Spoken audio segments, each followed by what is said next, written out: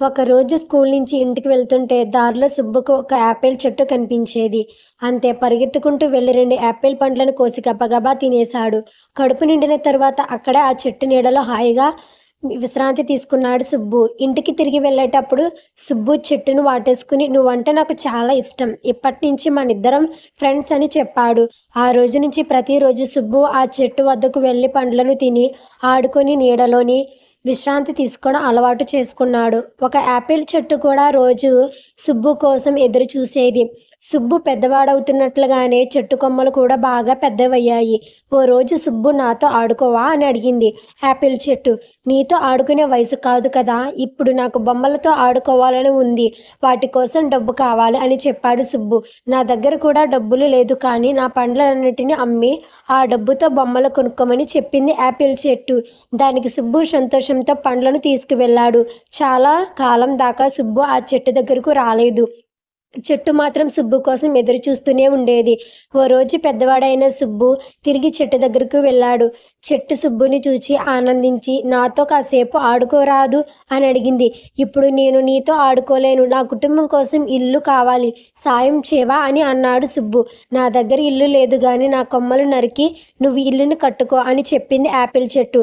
దానికి సంతోషించిన సుబ్బు కొమ్మలను నరికి తీసుకుని వెళ్ళాడు. సుబ్బు తన కొమ్మలను నరికిన ఆ చెట్టు ఏమాత్రం బాధపడలేదు. అయితే సుబ్బు మళ్ళీ తిరిగి రాపోయేసరికి ఒంటరిదాన్ని అయిపోయానని బెంగతో బ్రతకసాగింది. సుబ్బు ముసలివాడైపోయి తిరిగి చెట్టు దగ్గరికి చేరుకున్నాడు. అప్పుడు కూడా చెట్టు తనతో ఆడుకోమని అడిగింది. అయితే తానిప్పుడు ముసలివాడయ్యానని కాస్తంత విశ్రాంతి కావాలన్నాడు. ఎండలకు తట్టుకోవాలంటే తనకు పడవ ప్రయాణం అవసరమని ఎలా అయినా సరే పడవ నిచ్చి సహాయం చేయమని చెట్టును అడిగింది సుబ్బు. తన దగ్గర పడవ లేదు గాని తన చెట్టు మొదలు నరికి పడవను తయారు చేసుకోమని చెప్పింది యాపిల్ చెట్టు. అలాగేనని చెట్టు చెప్పినట్లుగా చేశాడు. చాలా సంవత్సరాల తరువాత మళ్ళీ సుబ్బు యాపిల్ చెట్టు దగ్గరకు వచ్చాడు.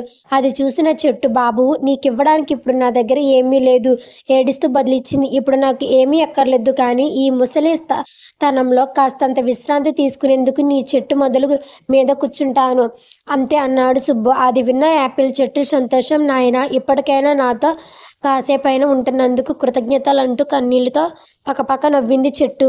ఈ కథను బట్టి మనం తెలుసుకోవాల్సిన నీతి ఏమిటంటే పిల్లలు, కేవలం మనకు అవసరం ఉన్నప్పుడే కాకుండా మనకు సాయం చేసిన వారితో, కుటుంబ పెద్దలతో గడిపేందుకు కాస్తంత సమయాన్ని వెచ్చించాలి. రోజువారీ జీవితంలో పడిపోయి ఆప్తులను, పెద్దవారిని నిర్లక్ష్యం చేయకూడదు. ఈ వీడియో నచ్చినట్లయితే లైక్ చేయండి, షేర్ చేయండి. ఇటువంటి వీడియోస్ కోసం మన ఛానల్ని సబ్స్క్రైబ్ చేయండి.